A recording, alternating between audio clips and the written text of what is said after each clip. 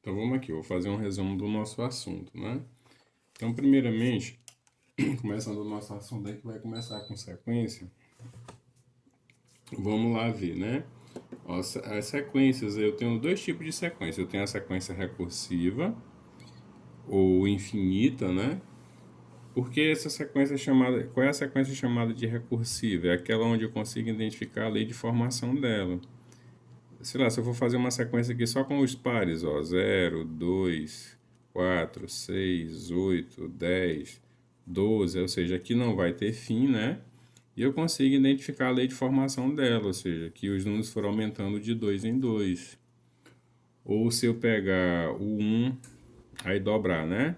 Para 2, de 2 para 4, de 4 para 8, de 8 para 16, de 16 para 32, de 32 para 64, né? Então aqui eu sei que é infinito. E eu consigo identificar a lei de formação, ou seja, os números aqui, ou seja, sempre o segundo número aqui, o próximo número, ele foi adquirido como? Com uma multiplicação de 2 pelo primeiro, ó. Se eu botei 1, aí 2 vezes 1, 2. Se eu botei 2, 2 vezes 2, 4. Se eu botei 4, 2 vezes 4, 8, né? E aí vai, ou seja, sempre o próximo número vai ser uma multiplicação por 2, né? Então eu consigo identificar a lei de formação dessa sequência. Então eu digo que ela é recursiva, né? E ela também é infinita, certo? E a não recursiva? A não recursiva, ela não tem fim, ela no caso, perdão, ela é finita, né? E a gente não consegue identificar a lei de formação dela, ou seja, são números aleatórios. É tipo eu botar aqui, sei lá, um 6, um 9, um 0, um menos 2, um 5, um 7, ou seja, eu não consigo identificar, né, dessa forma aqui, como são números aleatórios, eu não tenho como eu identificar a sequência aí de um número para o outro, como foi essa mudança de um algarismo aqui para o outro, de um número para o outro, né? Então, dessa forma, eu digo que essa minha sequência ela é recursiva, né? E ela é uma sequência finita, viu? Então, a infinita eu consigo identificar a lei de formação, viu? Então, quando eu consigo identificar como foi que foi adquirido o próximo número, eu tenho uma sequência recursiva e ela é infinita. Quando eu tenho números aleatórios que não têm uma lei de formação, eu tenho uma sequência não recursiva e ela vai ser uma sequência finita, né? Então, continuando, lá no também na questão de sequências, eu acho que, eu não, se eu não me engano, numa das questões da atividade de vocês, tem lá um desenho tipo uma estrela. Claro que eu não me lembro qual é o número que tem lá, né? Eu vou colocar bem aqui um 4. Aí eu vou colocar aqui o 12. Aí eu vou colocar aqui o 36. Ó, nessa questão da sequência, olhando para cá, eu consigo identificar que de 4 para 12 houve uma multiplicação por 3, né? Ou seja, 3 vezes 4, eu vou achar aqui o 12. De 12 para 36, eu também identifico a mesma situação, ó, né?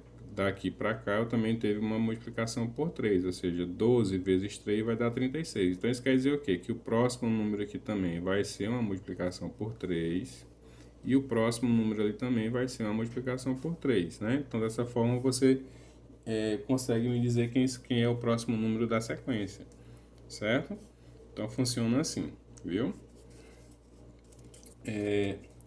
Na questão das leis de sequência também, de formação da sequência, a gente consegue também identificar alguns casos de, de criação da sequência, né?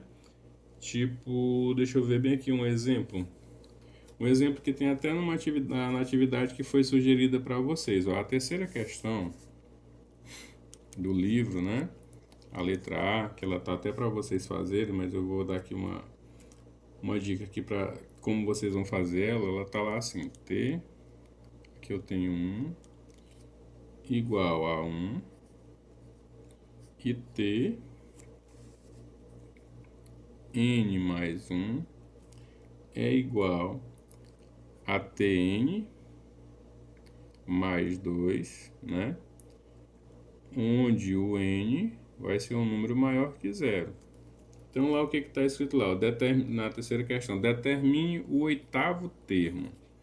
Então, aqui eu tenho uma conclusão da fórmula, né? Aí ele diz o quê? Que esse meu 1 aqui, ó, é um número maior do que zero. Então, pode ser 1, né? Então, o n pode ser um número maior do que 1, né? Então, o que que acontece aqui? É para mim identificar lá o oitavo número dessa sequência, né? Então, bem aqui, ó, se eu já sei que o valor do meu n aqui, eu vou sempre somar mais 2 a ele, né? Vou estar sempre somando mais 2. Então, o que que acontece? Se eu vou ter o 1 somado mais 2, eu vou ter um 3, né? Mais 2 eu vou ter um 5. Mais 2 eu vou ter um 7. Mais 2 eu vou ter um 9, né? Lembra que a gente começou com 1 aqui, né? O 1 mais 2 eu vou ter um 3. O 3 mais 2 eu vou ter um 5. O 5 mais 2 eu vou ter um 7. Um 7 mais 2 eu vou ter um 9. O 9 mais 2 eu vou ter um 11, né? Um 11 mais 2 eu vou ter um 13. E o 13 mais 2 eu vou ter o 15. Aí a gente conta. 1, 2, 3, 4, 5, 6, 7, 8, né? Então, quem vai ser o meu oitavo número da sequência? Vai ser o 15, né? Então, eu vou só seguir o que está colocado aqui, ó, né? Esse meu número aqui, ele é representado, né? Por n, só que o n é um número maior do que zero. Então, eu já sei bem aqui que eu posso usar o 1, ó. E aí, esse 1 eu vou estar sempre somando mais 2. Então, eu começo com 1. Aí 1 mais 2, né? Ou seja, 1 mais 2, 3. Ou seja, quando eu chegar lá no oitavo número, qual é o número que eu vou encontrar na minha sequência? O 15, né? Então aí é uma dica para você responder a terceira questão lá da atividade de vocês. Então lá é assim. Vocês sabem que na sequência que está colocado na terceira questão, ó, o que vai diferenciar daqui do nosso é que em vez de ser o oitavo número, lá nós vamos ter o 16º número, viu? Você vai tentar aplicar esse mesmo princípio, certo? Nas nossas expressões, na questão das nossas igualdades, o que que vai acontecer? Então, a questão de igualdade a gente vai, que é o, dando sequência aí ao nosso próximo assunto, né? Na questão da igualdade a gente tem o seguinte. Ora, se é uma igualdade, né? É porque eu vou ter um termo de um lado aqui que vai ser igual ao termo de um outro lado lá, né? Colocado, ou seja, eu tenho que ter duas coisas iguais para me ter esse princípio da igualdade, né? Que ele pode vir diretamente assim, ou eu posso ter aqui um 3 mais 6 e um 9 aqui, né? Colocado de forma diferente, né? Eu poderia também dizer o seguinte, que o meu 9 é igual a 3 mais 6, é a mesma coisa, né? E poderia ter cálculos de forma diferente, como eu dizer para vocês que 2 mais 5 é igual a 7, e da mesma forma dizer que 8 menos 1 é igual a 7, né? Então aqui são os princípios da igualdade. Ó. O primeiro princípio é a propriedade reflexiva, né? Daqui dos princípios de igualdade vamos para as propriedades. A primeira propriedade é a propriedade reflexiva. Na propriedade reflexiva, eu tenho simplesmente a igualdade limpa e seca, tipo aqui, 3 igual a 3, né? Ou uma fração, dizer que 2 terços é igual a 2 terços, ou alguma coisa nesse sentido, né? E a próxima propriedade é a propriedade simétrica. O que que acontece, né? O que eu tenho desse lado aqui é a mesma coisa, né? Ou seja, só foi invertido as ordens, né? A questão da simetria, ou seja, o 3 mais 6 igual a 9, então eu inverti e coloquei o 9 igual a 3 mais 6. Então não houve mudança em nenhum dos algarismos aqui, ó. Quando isso acontecer, a propriedade é assimétrica, né? Aqui eu vou ter a propriedade simétrica, viu? E quando eu obtiver, ó, tipo aqui, 2 mais 5 é 7. 8 menos 1 é 7 igual a 7. Então, o que que acontece? Eu obtive essas duas igualdades de forma diferente, né? Então, quando esse mesmo resultado da igualdade for obtido, mas de forma diferente, eu vou dizer que a minha propriedade aplicada aqui é a transitiva. Viu? É a transitiva.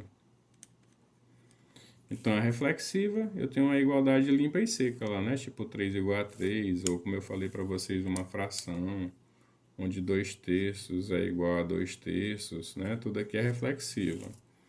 Quando eu já tenho essa minha igualdade montada com mais de dois algarismos nessa minha sequência, né? Mas no caso aqui só foram invertidas as posições, e claro que o valor vai continuar o mesmo, né? A questão da simetria, né? Aqui é igual a esse mesmo mudando as posições, né? Eu tenho o mesmo 9, o mesmo 3, o mesmo 6, então eu vou ter a propriedade simétrica. E quando eu obtiver esses dois valores da igualdade, né? Ou seja, que eles forem o mesmo, mas aplicado com números de forma diferente, aí a minha propriedade aplicada aí já vai ser a propriedade transitiva, viu? Estou procurando falar de uma forma mais simples, para ver se torna fácil de entender, né? Eu estou, como já estou usando uma linguagem mais simples possível para ver se fica mais simples de entender essa questão das propriedades da igualdade, né? Até porque são muitas. Então, vamos encaminhar agora para o próximo, né?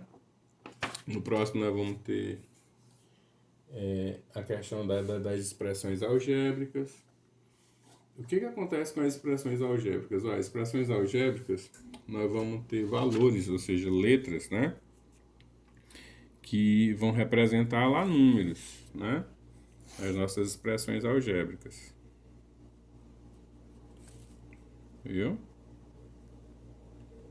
Então, procurando explicar da forma mais simples possível, tipo, eu posso dizer que o x é igual a y, né?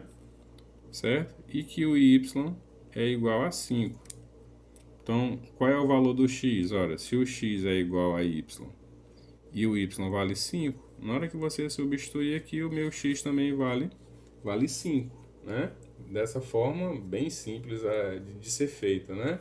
Mas também temos expressões onde eu posso aplicar isso. Eu posso dizer bem aqui que x mais 12 é igual a 16, certo?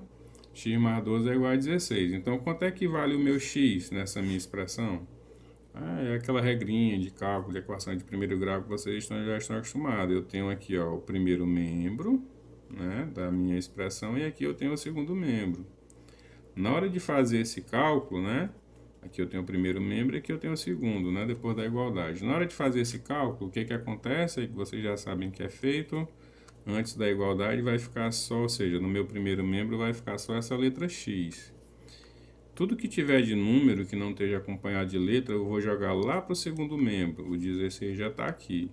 Então, mais 12 está aqui. Quando ele chegar lá no primeiro membro, né? Quando ele chegar lá no segundo membro, ele vai chegar com o sinal trocado. Ele vai chegar como menos 12. E aí, na hora que eu resolver aqui, ó, 16 menos 12 dá 4. Então, quanto é que vale o meu x na questão? Meu x na questão vale 4, né? Para poder identificar quem é esse meu termo da igualdade, né? E também tem uma outra forma de resolver essas situações, né? De resolver essas expressões. Como?